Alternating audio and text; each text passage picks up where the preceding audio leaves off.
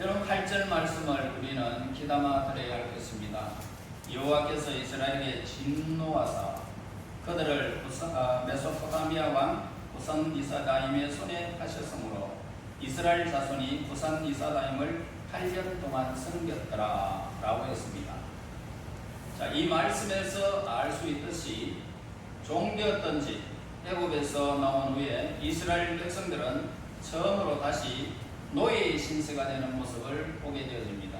그것도 8년 동안이나 섬기는 자, 억압당하는 자, 억눌린 자, 자유가 없는 자, 그렇게 살아갔던 것입니다.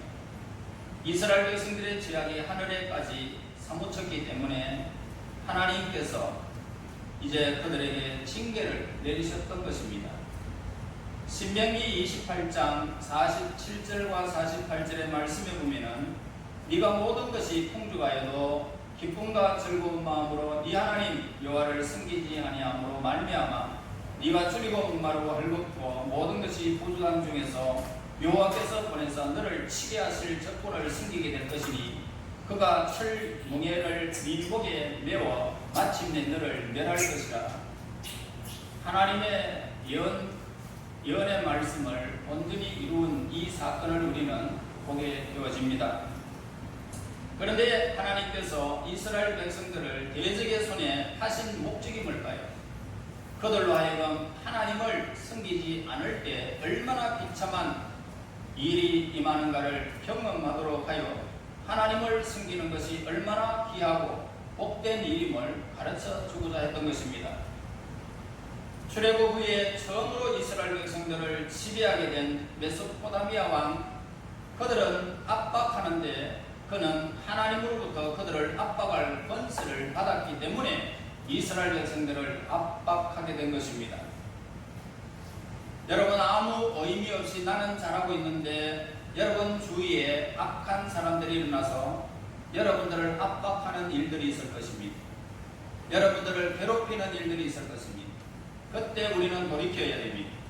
하나님, 내가 하나님 앞에 잘못해서 저 사람들에게 저런 소리를 듣게 되네요. 그러면서 우리가 하나님으로 다시 돌아가서 내 삶을 정비하게 되어지면 하나님께서 그들을 쳐버립니다. 즉 하나님께서는 이스라엘 백성들을 메소포타미아 왕 부산 리사다임의 손에서 이렇게 8년 동안 그들을 파셨다 이 말입니다. 그러나 부산 리사다임은 하나님의 정하신 8년 동안만 이스라엘 백성들을 지배할 수가 있었던 것입니다. 그는 하나님의 임차인에 불과했던 것입니다. 빛의 자녀들이 빛을 보지 못하고 암흑 속에 방황한다는 것은 매우 고통스러운 일이 아닐 수가 없습니다. 따라서 이스라엘 백성들에게 있어서 메소포타미아 왕의 지배와 압박을 받던 이 8년이라는 기간은 매우 견디기 힘든 어려운 고통의 기간이었을 것입니다. 그러나 그 기간은 그들이 하나님께 범죄한 그 기간에 상응할 만한 것이었다는 사실을 우리는 성경에서 보게 되어집니다. 여러분, 하나님은 이스라엘 백성들의 이 죄의 정도에 따라서 그들이 당할 고통의 기간을 하나님이 정하시는 모습을 성경에서 우리가 늘 발견하게 되어집니다.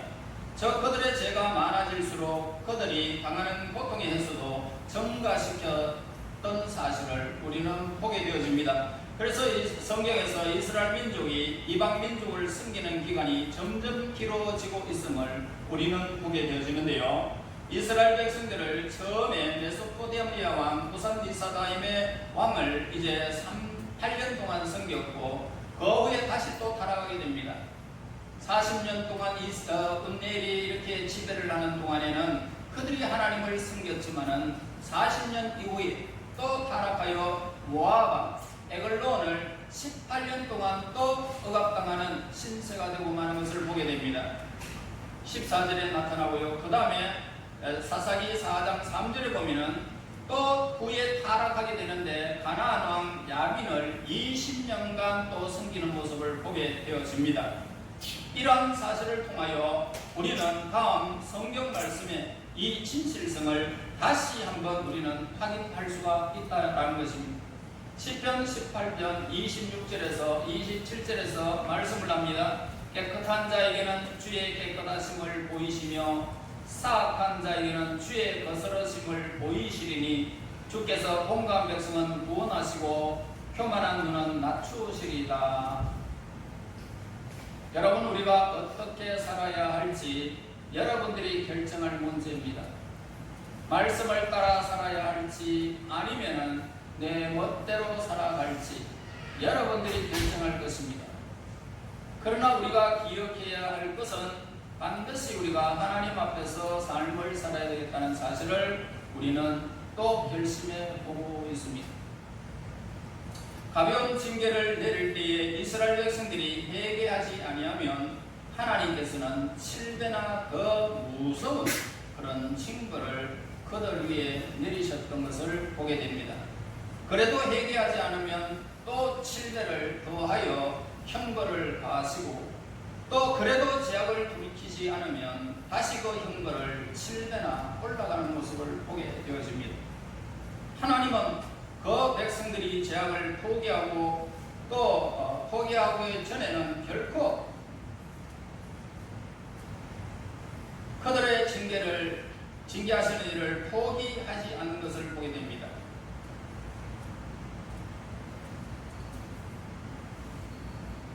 출애굽 후에 첫 번째 그 노예 상태에서 이스라엘 백성들을 구원하기 위하여 하나님께서 세우신 구원자는 바로 운니엘이었습니다.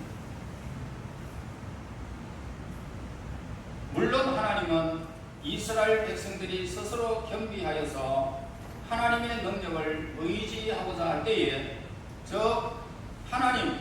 하나님을 섬기고 하나님의 뜻을 따르고자 할 때에 운니엘을 이렇게 썼던 것입니다. 그런데 하나님께서 보내신 이 구원자, 곧 이 폭군의 손에 팔린 이스라엘 백성들을 구원하기 위하여 하나님께서 보내신 운니엘은 하나님께서 사탄의 손에 팔린 우리를 구원하기 위하여 보내신 예수님을 늘 상징하고 있습니다. 물론 우리는 여기서 정도의 차이가 있지만은 물론 다른 사도들도 모두가 예수님에 대한 상징적임을 우리에게 이렇게 밝혀주고 있습니다. 하나님의 신이 임하자 운니엘은 지혜와 용기를 얻게 되어졌고 자기 백성들을 압박하는 그런 폭군과 싸울 수 있는 압력을 얻을 수가 있었던 것입니다. 그리하여 그는 폭군과 싸워서 이겼고 이스라엘 백성들에게는 평화를 찾아줄 수가 있었던 것입니다. 그 후 운니엘은 평화로운 가운데 이스라엘 백성들을 다스렸고 또 하나님의 그 율법을 따라서 하나님을 섬겼고 예배하면서 하나님께 대한 신앙의 부흥을 일으켰던 것입니다. 사사기는 영웅들의 이야기를 늘 이렇게 기록하는 그런 책들입니다. 즉 폭풍과 같은 고난의 때에 자기 자신을 물론 주위 사람들에게까지 구원하는 능력 있는 하나님의 사람들에 대한 그런 이야기들이 수록되어 있는 책입니다. 따라서 이 사사기를 읽으면 우리는 힘을 얻게 될 것이고 더 분발하게 될 것이고 하나님을 더욱 잘 섬기게 될 것입니다. 더 이상 우리는 타락하지 않으리라, 하나님 앞에 살리라 그러면서 이 사사기를 연구하면 연구할수록 우리는 하나님 앞에 사는 것이 얼마나 큰 복인지를 우리는 알게 되어질 것입니다. 그래서 오늘 우리 인간은 용감한 사람과 사귀면 용감해집니다. 경건한 사람과 사귀면 내가 경건해집니다. 사사기에는 이스라엘 백성들을 구원한 12명의 영웅, 바로 영웅 중에 첫 번째가 바로 고나스의 아들, 오늘 본문에 나오는 운니엘이라는 사람입니다. 어떤 의미에서 그는 12명 중에 가장 훌륭한 인물이다 라고 그렇게 우리가 밝힐 수 있습니다. 왜냐하면 구원자라고 하는 이들의 12명의 사사들이 대부분이 없는 인격을 갖추지 못한 데 대안해서 운니엘은 그의 온전한 인격을 소유하고 있었기 때문입니다. 성경의 운니엘의 이 인격에 어떤 결점이 있었다라고 어떤 말씀도 그에 대한 구절이 없다는 것을 보게 됩니다. 운니엘이란 하나님의 사자다 그는 이 이름에 부끄럽지 않게 용감하고 순결했고 거룩한 인격적 생활에서 떠나지 아니하고 오로지 하나님을 향하면서 그 백성들을 이끌었던 것을 보게 됩니다. 그러나 운니엘이 살고 있던 이 세대는 타락한 세대였습니다. 저 운니엘의 환경은 그가 훌륭한 인격으로 성장하는 데 있어서 매우 좋지 못한 환경 속에서 살아갔던 세대 중의 사람이었던 것입니다. 그 당시 이스라엘 백성들에게는 왕이나 지도자가 없었고 모든 사람들은 각각 자기의 소견대로, 자기의 생각대로, 자기의 방법대로 그렇게 행동을 했다라고 성경은 기록을 하고 있습니다. 따라서 우상 숭배와 도덕적 타락이 사회 전체에 만연되어 있었던 것입니다. 우리가 지금 살고 있는 세상도 마찬가지라는 것입니다. 각자의 소견대로 간섭하지 마십시오. 우리는 우리 방법대로 살 것입니다. 그러면서 각자의 세대를 구성을 하고 문을 닫은 채 간섭하지 말라고 하는 그런 테두리 안에서 한 사람 한 사람들이 한 가정 한 가정들이 살아가고 있습니다. 따라서 오늘 운니엘이 해야 했던 일이 뭐냐면 바로 이제 우리들이 해야 할 일들이라는 것입니다. 그렇게 하려면 우리는 먼저 자기 자신을 구원해야 할 것 아닙니까? 내가 먼저 하나님 앞에 구원을 받아야 됩니다. 즉 하나님의 도움을 받아서 자신의 영혼을 구원받아야 된다는 겁니다. 그 다음에는 우리가 하나님의 능력을 힘을 입고 세상을 구원할 능력이 우리에게 주어질 것입니다. 구원받는 일과 구원하는 일은 모두 우리의 특권인 동시에 의무인 것을 우리에게 가르쳐줍니다. 그러나 어떻게 하면 스스로 구원을 받고 다른 사람들을 구원하는 위대한 인물이 될 수 있을까라고 하는 질문입니다. 여호수아 15장 16절 17절 말씀에 보면은 갈렙이 말하기를 기라세벨을 쳐서 그것을 점령하는 자에게는 내가 내 딸 악사를 아내로 주리라 했더니 갈렙이 아우 그나스의 아들인 운니엘이 그것을 점령함으로 갈렙이 자기 딸 악사를 그에게 아내로 주었더라 라고 했습니다. 여기서 운니엘은 갈렙도 공격하기를 주주했던 우상 숭배의 본거지인 강력한 요새 기라세벨이라고 하는 이 요새가 있었는데 그것을 운니엘이 쳐부숴 버렸습니다. 그리고 그 기라세벨을 이렇게 치해버렸습니다. 그래서 운니엘이 기라세벨을 쳐서 취할 수도 있었더니 가장 큰 원인이 뭘까? 그가 참된 용사들이 가진 사람이었다는 것입니다. 기라세벨을 쳐서 취하는 크고 어려운 일을 수행하는데 필요한 용기는 결코 피상적으로 그렇게 이루어지지 않는다는 것입니다. 그런 일을 하는 데는 영혼 깊은 곳에서 우러나오는 담력이 그에게 있었고 또 사람들을 이끌 수 있는 지도력과 용기가 필요했던 것입니다. 그래서 운니엘은 바로 이러한 용기를 소유한 자였던 겁니다. 즉 그는 하나님의 의뢰하고 하나님 앞에 용기를 얻은 사람이었던 것을 보게 됩니다. 여러분 오늘 우리가 이 땅에서 하나님께 구원을 받고 내가 하나님 앞에 능력을 받는 것은 내가 하나님을 향하는 이 놀라운 믿음의 발자취 이런 신앙을 하나님께 돌려드릴 때에 하나님께서 우리를 구원하실 것이고 용기와 힘과 모든 부비한 것들을 하나님이 우리에게 허락해 주실 것입니다. 그래서 그 용기로 사람들을 훌륭하게 이끌도록 강한 요새까지도 쳐서 취할 수 있는 능력도 하나님이 운니엘에게 주셨던 것입니다. 이 세상 제약으로부터 벗어나기로 결심한 사람들은요 진정한 용기를 하나님이 부어주실 것입니다. 나는 하나님을 섬기리라 하나님을 따르리라 라고 작정하며 하나님께서 나의 삶을 이끌어 주실 것을 믿는 신앙이 있고 믿음을 향하게 되어지면 하나님께서 여러분들을 높이 들어 주실 것입니다.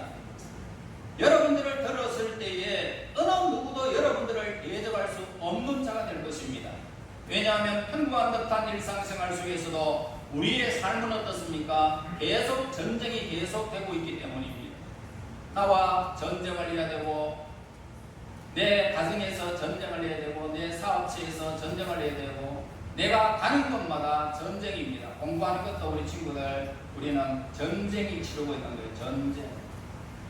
그런데 우리가 용기가 뭐라고 생각하십니까? 용기가 어떻게 하면 용기를 얻을 수가 있을까요? 운니엘의 용기는 기라세벨을 쳐서 취하던 날 갑자기 생겨난 것이 아니다라는 것입니다. 그의 용기는 오래전부터 그의 속에 있었던 것으로 매일매일의 용기 있는 행동을 날마다 성장시킨 사람이라는 것을 보게 됩니다. 하나님이 우리에게 용기를 준단 말이에요. 다시 말해서 하나님을 향할 때에 그는 하나님으로부터 늘 용기를 얻었던 것입니다. 그래서 나는 뭐든지 할 수 있다, 정령할 수 있다, 이것도 할 수 있고 저것도 할 수 있고 하나님이 하시는 일을 어느 누구도 못 막을 것이다, 이런 용기가 점점 생겼던 것입니다. 그래서 천웅성벽과 같은 그런 기라세벨도 쳐서 점령해버리는 것입니다. 여러분의 삶도 마찬가지입니다. 스스로 알지 못하는 가운데 이루어진 일이었지만은 그날의 승리를 위하여 운니엘은 평생 동안 용기를 갈고 닦았던 믿음의 사람이었습니다. 참된 용기는 오랜 세월을 지나면서 훈련을 통하여 얻어지는 것입니다. 하나님은 우리에게 용기의 씨앗을 주시지 용기 그 자체를 주시지는 않습니다. 씨앗이 주면은 그 씨앗을 여러분들이 그 씨앗을 여기서 우리 심령 속에서 발화시켜야 됩니다.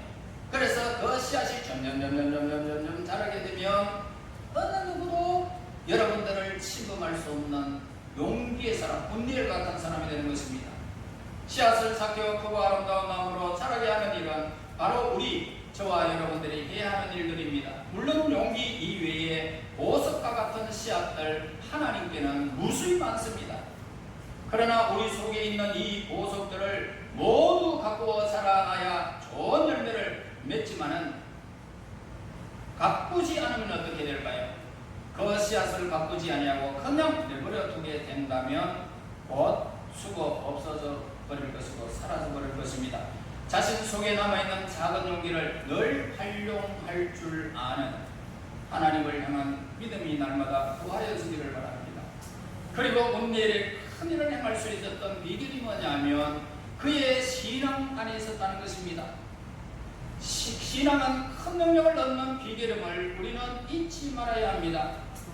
다시 말해서 하나님을 바라고 하나님만 나의 힘이시오 나의 요새심을 믿고 하나님이 나의 도움을 큰 도움이시라는 사실을 우리가 믿는 것입니다. 이 신앙입니다. 아멘. 여러분, 이 비결은 우리는 절대로 잊어서는 안 될 것입니다.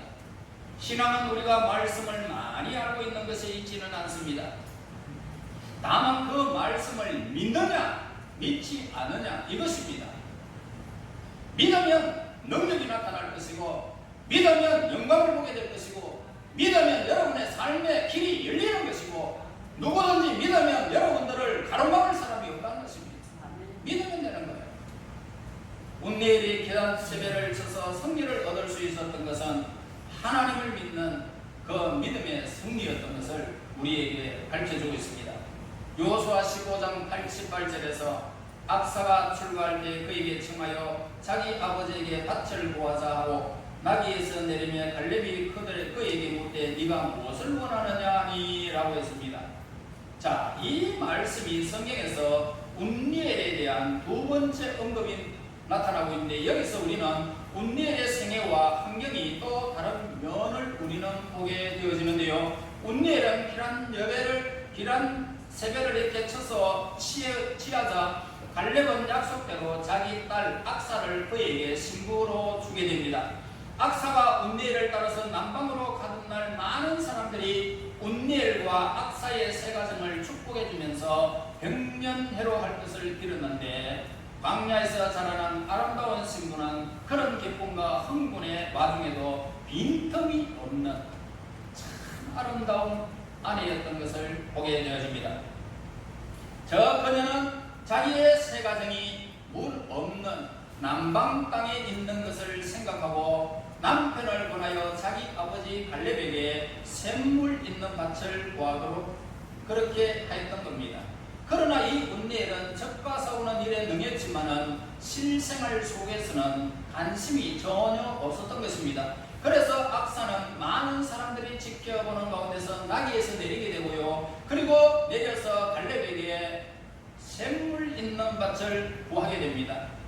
그래서 갈렙은 요구대로 윗샘과 아랫샘을 그대로 그에게 악사에게 주었던 것입니다. 자, 생활하는 데는 전혀 지장 없는 샘이 있고 터가 있는 환경이 아주 아름답게 펼쳐져 있는 그 땅을 주게 되는 것입니다. 그런데 이런 일이 영웅적으로 성장하는 데 무슨 관계가 있느냐라는 질문을 하게 되어집니다. 그러나 관계가 있는 이야기임을 우리는 분명히 알아야 됩니다. 성경에서 알 수 있는 바와 같이 기라세벨을 정복한 그의 칼도 집안의 문제를 해결하는 데는 무용지물이었다는 것입니다.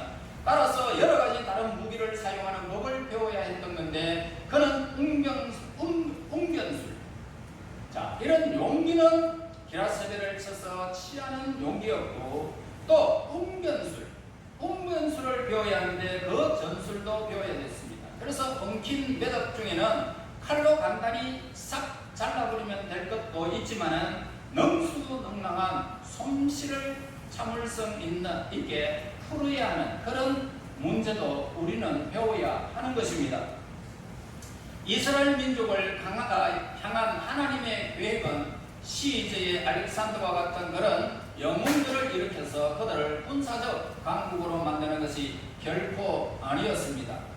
이스라엘 민족에 대한 하나님의 계획은 그들로 하여금 모든 무기와 영토를 완전히 빼앗기도록 하여 온전히 신앙의 힘으로 적들을 정복하도록 하는 것이 하나님의 계획이었던 것입니다. 여러분, 스스로 무엇을 하겠다고 작정하며 해보셔야 되는가? 하나님을 의지하지 아니하면 젖된 나이가 어머니 품속에서 그냥 안기면서 젖을 빠는 것처럼 하나님을 향하는 자가 복을 받게 될 것을 우리에게 늘 가르쳐 주고 있는 것입니다. 여러분, 이러한 하나님의 계획을 이루는 일에 앞장서도록 하기 위하여는 하나님은 운니엘을 가정과 국가라는 학교로 보내서 흔히 무시하기 쉬운 상식, 그리고 인내심, 그리고 인기공변의 이런 기지 등을 배우도록 하셨던 것입니다. 그래서 그는 훌륭한 사사가 되었던 것입니다. 이런 사소하게 보이는 도덕들을 결코 무시해서는 안 될 것입니다. 그런 덕성이 없으면 아무리 위대한 덕성도 그 빛을 잃게 되기 때문입니다. 운니엘과 악사가 세 가정을 이룬 후에 40년 이상의 세월이 흐르는 동안 이스라엘 백성들은 다시 하나님께 범죄하게 됩니다. 그리고 이스라엘 백성들에게는 큰 어려움 속에 처하게 됩니다. 자기들의 하나님을 잊어버리고 바알과 아세라들을 섬긴 것이 그들의 죄였던 것입니다. 그래서 메소포타미아 왕 부산리사다임의 지배 아래 8년 동안 종로로 살 수 있도록 그들에게 형벌을 준 것입니다. 죄가 있는 땅은 어디나 속박의 땅, 애국으로 변하고 제약이 가능할 때에는 언제나 압제자, 바로라고 하는 압제자가 나타나기 마련이라는 것입니다.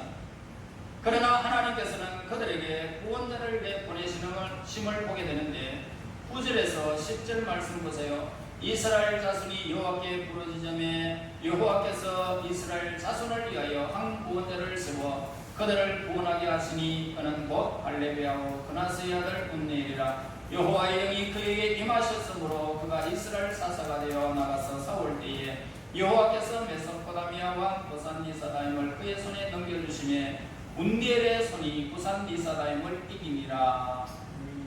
결혼한 지 40년 만에 40년이 지나가고 가는 이 말, 이제 하나님이 운니엘에게 하나님의 신이 임하는 것을 보게 됩니다. 자, 이 말씀에서 알 수 있듯이 하나님은 운니엘에게 사랑과 생명의 입금을 풀어넣어 주심으로써 그의 인격을 영화롭게 하셨는데 그 후부터 운니엘은 이스라엘의 구원을 위하여 싸웠던 것입니다.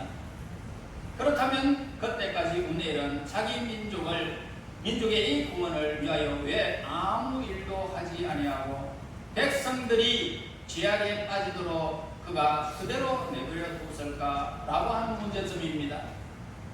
그 중요한 이유는 그에게 자기 민족을 구원할 만한 능력이 그에게는 없었기 때문입니다. 이런 세례를 쳐서 취했다 할지라도 그에게는 그 용기로 이스라엘 백성들을 구원할 수 있는 일이 그에게는 없었다는 것입니다. 또 가정과 일상적인 일도 그를 붙잡고 있던 이유 중에 하나였을 것입니다. 이렇듯 자기 마음속으로부터 혹은 다른 사람들로부터 능력 밖의 일에 뛰어들지 말라는 경고의 소리를 운대에는 많이 들었을 것입니다. 그래서 그는 조용하게 결혼 생활만 하고 있었던 것입니다. 그러나 백성들을 구원하라는 하나님의 세미한 음성을 그는 듣게 되어집니다. 그때 운대엘은 즉시 자신이 가진 모든 것을 하나님의 제단 위에 바치고 하나님의 뜻에 순응하게 되는 것을 보게 됩니다. 하나님의 신이 그에게 임하게 버립니다. 그는 먼저 그릇된 길을 가고 있는 자기 백성들의 진리의 말씀을 돌이키게 한 후에 그들을 핍박하는 이방민족과 싸워 승리했던 것입니다.